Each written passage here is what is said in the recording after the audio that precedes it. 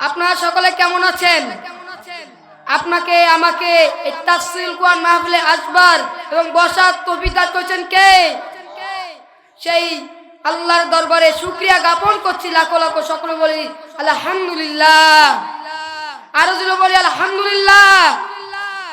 মানবতার মুক্তির দূত সাইয়্যিদুল মুরসালিন সাইয়্যিদুল কাউনাইন, যিনি সুপারিশ না করলে আপনি আমি কেউ জান্নাতে যেতে পারবো না, সেই নবীর দরবারে দরুদ পেশ করছি। সকলে বলি সাল্লাল্লাহু আলাইহি ওয়াসাল্লাম। আমি আপনাদের সামনে সূরাতুল মাউনের 4 ও 5 নম্বর আয়াত তেলাওয়াত করেছি। এরপর সংক্ষিপ্ত বক্তব্য রেখে বিদায় নেব ইনশাআল্লাহ।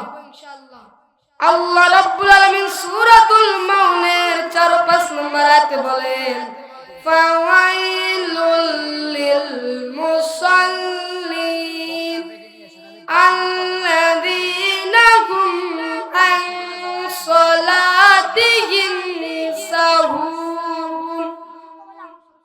ওই সব সালাতের ধ্বংস যারা নিজের সালাতে গাফেল অন্যমনস্ক। এক ব্যক্তি আবু হুরায়রা রাদিয়াল্লাহু তাআলা আনহু হতে বর্ণিত, আবু হুরায়রা রাদিয়াল্লাহু তাআলা আনহু আল্লাহর রাসূল আল্লাহর হাবিবকে জিজ্ঞাসা করলেন, হে আল্লাহর রাসূল, এক ব্যক্তি 5 ওয়াক্ত সালাত আদায় করে, নফল ইবাদত করে, কিন্তু সে তার মুখ দ্বারা প্রতিবেশীকে কষ্ট দেয়। তখন আল্লাহর রাসূল বললেন, ওই ব্যক্তি জাহান্নামী। সকলে বলি নাউজুবিল্লাহ।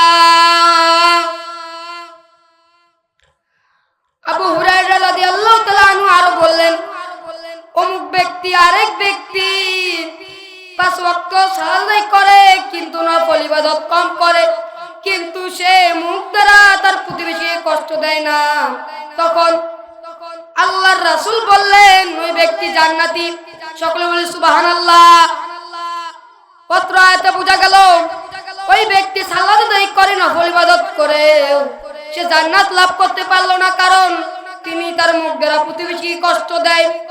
আরেক ব্যক্তি 5 ওয়াক্ত সালাত আদায় করে, কিন্তু নফল ইবাদতে কম, তাওতে মুখ দ্বারা প্রতিবেশী কষ্ট না দেওয়ার কারণে সে জান্নাতি।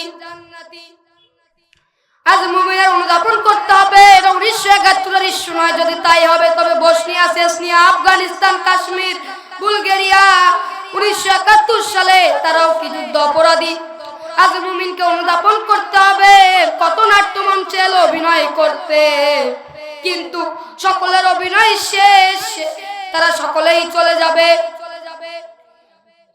একজন রাষ্ট্র লাভকারীকে যদি আপনারা ভোট দিয়ে থাকেন, তাহলে ওই রাষ্ট্রকারীকে 4টি দফা পালন করতে হবে। 1 নম্বরে তাকে সালাত প্রতিষ্ঠা করতে হবে, 2 নম্বরে তাকে যাকাত প্রতিষ্ঠা করতে হবে, 3 নম্বরে তাকে হজ আদায় করতে হবে, 4 নম্বরে তাকে দান সদকা করতে হবে। কয়টি মাধ্যম? আর যদি বলেন কয়টি? 4টি মাধ্যম। চালাত যেমন গণতন্ত্রের গ্যারান্টি, তেমন স্বাধীনতার গ্যারান্টি। কথা বলেন ঠিক কিনা? আর যদি বলেন ঠিক কিনা? আল্লাহর রাসূল মৃত্যুর আগে বলে গেছেন, as-salat as-salat as-salat। তাহলে ভাবেন সালাত কত গুরুত্বপূর্ণ। নবী করিম সাল্লাল্লাহু আলাইহি সাল্লাম মৃত্যুর আগে বলে গেছেন, as-salat as-salat as-salat। তাই ভাইয়েরা আমার, বোনেরা আমার, আপনাদের সকলকে 5 ওয়াক্ত সালাত আদায় করতে হবে। সালাত ছাড়া আল্লাহর কাছে আমরা মুখ উঁচু করে জবাব দিতে পারবো না। কথা বলেন ঠিক কিনা? তাই সালাত আদায় করতে হবে। আল্লাহ রাব্বুল আলামিন যদি কাউকে হিসাব ধরেন একটি খুঁটিনাটি, তাহলে আপনি কি আল্লাহর কাছে কোনো পার পেয়ে যাবেন নাকি? আল্লাহ রাব্বুল আলামিন বলেছেন, যে ব্যক্তি নামাজ পড়বে না তাদের জন্য 14টি শাস্তি রয়েছে। কয়টি? 14টি শাস্তি। দুনিয়ার জীবনে 5টি। 1 নম্বরে তার মুখের উজ্জ্বলতা নষ্ট হয়ে যাবে। যেমন ধরেন, কোন ব্যক্তি সালাত আদায় করে না, তার মুখের এত সুন্দর মানে ফর্সা, তার চেহারা দেখতে কিন্তু মনে হয় নুরানি চেহারা নাই, তার মুখে কোনো উজ্জ্বলতা আসে না। কথা বলেন ঠিক কিনা?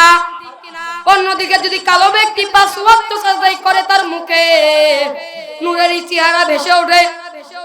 2 নম্বরে তার অভাব অনটন দূর হবে না।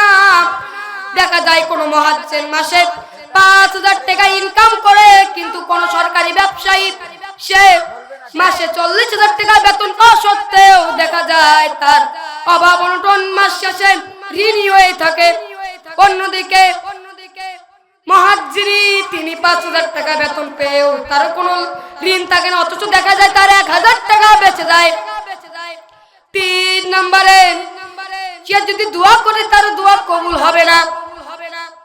সে যদি আল্লাহর দরবারে হাত তুলিয়ে দোয়া করে, হে আল্লাহ তুমি আমাকে সম্পদ দাও, আমাকে কোনো বড় কিছু দাও, আল্লাহর দরবারে তা কখনোই কবুল হবে না। সকলে বলি নাউজুবিল্লাহ।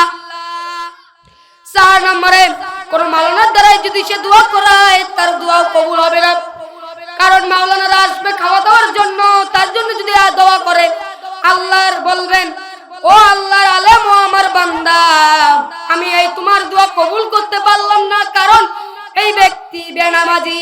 সকলে বলি নাউজুবিল্লাহ। 5 নম্বরে সে কোনো ভালো কাজ করলে তার প্রতিদান দেওয়া হবে না। সে যদি কোনো ভালো কাজ করে থাকে সে তার প্রতিদান পাবে না। মৃত্যুর আগে 3টি কয়টি? 3টি। 1 নম্বরে ক্ষুধার্ত অবস্থায় মৃত্যুবরণ করবে, 2 নম্বরে অপমানিত হয়ে মৃত্যুবরণ করবে, 3 নম্বরে পিপাসার্ত অবস্থায় মৃত্যুবরণ করবে। সকলে বলি নাউজুবিল্লাহ। কবরে 3টি কয়টি? 3টি।